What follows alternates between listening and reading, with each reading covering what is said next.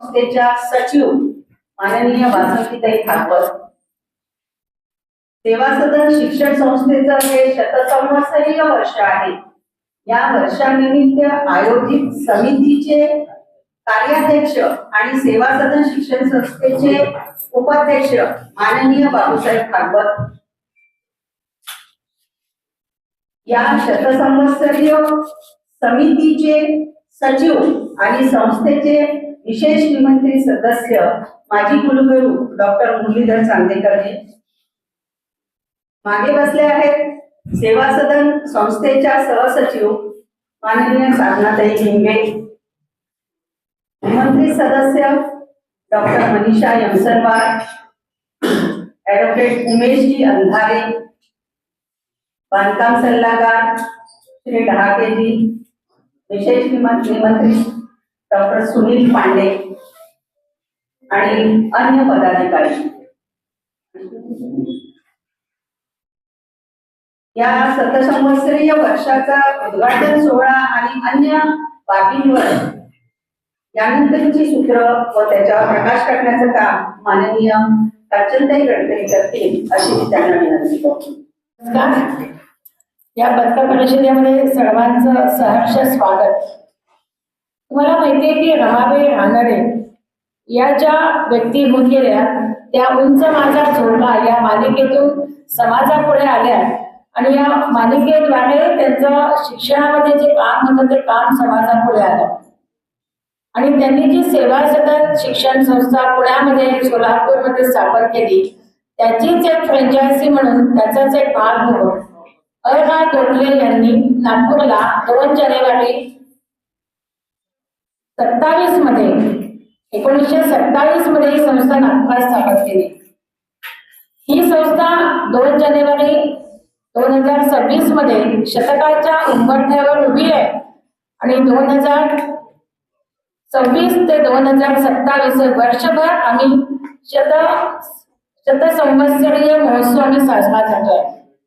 2 जानेवारीला 3 वेगवेगळ्या कार्यक्रमाद्वारे आपण आज शतसंवत्सरीय महोत्सव साजरा करतोय. एक 2 जानेवारी ही एक संस्थापन दिन आहे सेवा सदन शिक्षण संस्थेचा. या दिवशी गेल्या 16 वर्षापासून रमाबाई रानडे शिक्षण प्रबोधन पुरस्कार हा सेवा सदन शिक्षण संस्था गेल्या 16 वर्षापासून देते. समाजामध्ये जे लोक काम करतात प्रसिद्ध परांगण राहून समाजासाठी केवळ काम करतात, ते शिक्षक नसतात पण ते समाजाला शिक्षण देण्याचं काम करतात. तर अशा संस्था किंवा अशा व्यक्ती आम्ही निवडतो आणि त्यांना रमाबाई रानडे शिक्षण प्रबोधन पुरस्कार देत असतो. आणि तसंच शतसंवत्सरीय महोत्सवाचं उद्घाटन यावर्षी होणार आहे. असे 3 कार्यक्रम 2 जानेवारी 2026 ला होऊन घातले. या कार्यक्रमासाठी माननीय आध्यात्मिक गुरु गोविंदजी महाराज येणार आहेत, त्यांच्या हस्ते आपण पुरस्कार देणार आहे. आणि त्याच वेळेला माननीय लाडके आपले मुख्यमंत्री देवेंद्रजी फडणवीस पण राहणार आहेत आणि ते या शतसंवत्सरीय महोत्सवाचे समितीचे अध्यक्ष आहेत आणि सेवा सदनचे आम सभेचे देखील ते सदस्य आहेत. तसेच माननीय नितीनजी गडकरी राहणार आहेत आणि जिल्ह्याचे पालकमंत्री चंद्रशेखर बावनकुळे या कार्यक्रमाला राहणार आहेत. या वर्षीचा हा जो पुरस्कार आहे जो आम्ही रमाबाई रानडे शिक्षण प्रबोधन पुरस्कार देतो, तो पुरस्कार यावेळेला वैकुंठवासी श्री अप्पाजी महाराज वारकरी विद्यापीठ पुणा तालुका चांदूर बाजार जिल्हा अमरावती यांना आपण देतोय. या पुरस्काराची निवड आम्ही आवेदन मागून करत नाही. पहिल्या वर्षी फक्त आवेदन मागवले होते पण आम्ही आवेदन मागवत नाही. तर आमच्याकडे जी परीक्षक मंडळी आहे तर ती याचा सगळा शोध घेतात आणि स्वतः जाऊन बघतात तिथे. असे 4-5 संस्था त्याच्यात ती निवड होते. यावर्षी वैकुंठवासी श्री अप्पाजी महाराज वारकरी विद्यापीठ चांदूर बाजार जिल्हा अमरावती यांना हा प्रतिष्ठित पुरस्कार सन्मानित येणार आहे. 51,000 रुपये रोख मानचिन्ह मानपत्र असे या पुरस्काराचे स्वरूप असतं. सातपुड्याच्या पायथ्याशी असलेल्या या गावामध्ये हरिभक्त परायण वैकुंठवासी श्री अप्पाजी महाराज वारकरी विद्यापीठाद्वारे काळानुरूप विज्ञान तंत्रज्ञानाच्या शिक्षणासोबतच वारकरी संप्रदायाचे शिक्षण देण्यामध्ये येते. आणि याचं वैशिष्ट्य असं आहे की महाराष्ट्रातलं पहिलं एकमेव डिजिटल वारकरी विद्यापीठ आहे हे. वारकरी ज्ञानपीठातील शिक्षण केवळ अभ्यास किंवा करिअर पुरते नव्हे तर जीवन शिक्षण म्हणून आयुष्यभर विद्यार्थ्यांना उपयोगी पडणार असं आहे. वारकरी संप्रदायाच्या शिक्षणाला नव्या तंत्रज्ञानाची जोड देत विद्यार्थ्यांना शालेय आणि तंत्रज्ञानाचं शिक्षण देण्यात येतं. विद्यार्थ्यांचे ज्या सफाईने टाळ मृदंग तालावरती पावले ठेवतात त्याच सफाईदारपणे ते कॉम्प्युटरचा माऊसही फिरवतात.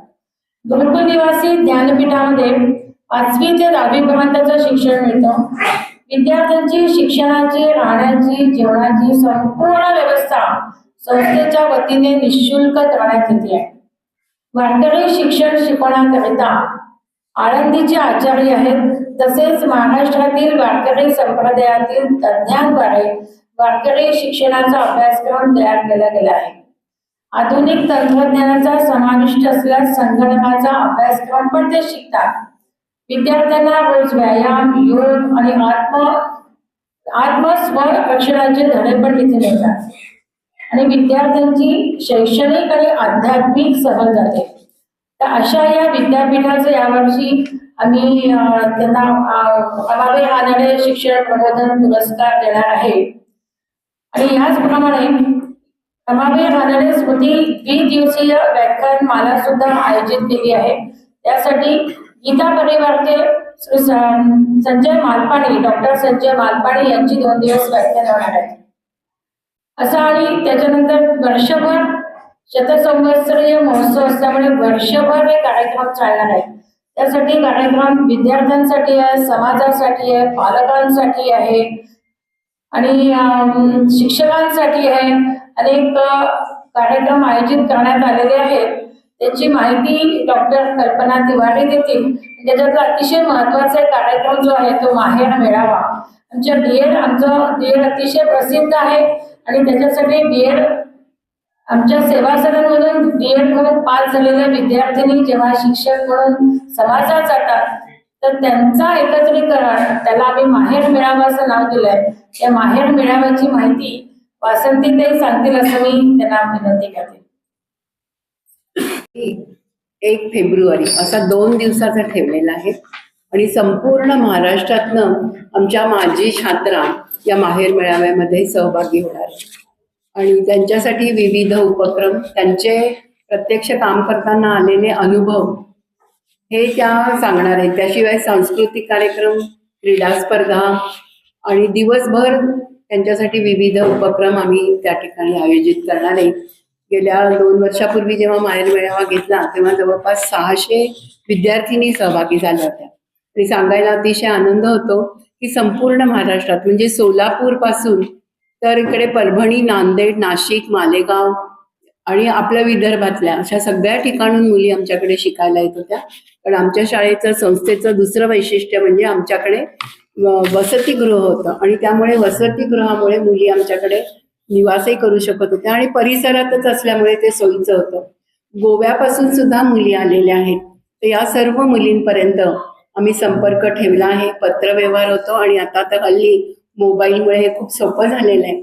त्यामुळे या सगळ्या मुली येतात आणि साधारण जिल्हा परिषद मध्ये वगैरे सरकारी नोकरी करणाऱ्या मुलींना येणारे अनुभव वेगळे असतात, ग्रामीण भागात राहणारे असतात. त्यामुळे त्या मुलींच्या विचारांची देवाणघेवाण ही चांगल्या तऱ्हेने होते आणि काही तज्ज्ञ मंडळी पण आम्ही बोलवतो की त्यांचं मुलींना प्रबोधन मिळावं. आणि अशा रीतीनं हा आमचा शिक्षणाचा वसा जो आम्ही घेतलाय तो कायम ठेवण्याचा आमचा प्रयत्न असतो. सगळे उपक्रम वर्षभर चालणार आहेत. त्यानंतर बौद्धिक स्पर्धा, सांस्कृतिक स्पर्धा, क्रीडा स्पर्धा सोबतच सगळ्या शेवटी परत 2 जानेवारी 2027 शतसंवत्सरीय वर्षाचा समारोपीय कार्यक्रम होणार आहे आणि त्याच्याही प्रेस कॉन्फरन्सला आपण भेटणारच आहोत. आणि त्यानंतर आमचा श्रम परिहाराचा सांस्कृतिक उत्सवही राहणार आहे. या सगळ्या कार्यक्रमाला आपण विशेषत्वाने आमंत्रित आहात. अगदी हार्ट ऑफ सिटी मध्ये असणारं, सीताबर्डीवर असणारं आमची सेवा सदन शिक्षण संस्था, या संस्थेला आपण सर्वांनी भेट द्यावी. या सर्व उपक्रमांच्या निमित्ताने आपण वेळोवेळी उपस्थित राहावं असे मी आपल्याला नम्र विनंती करते.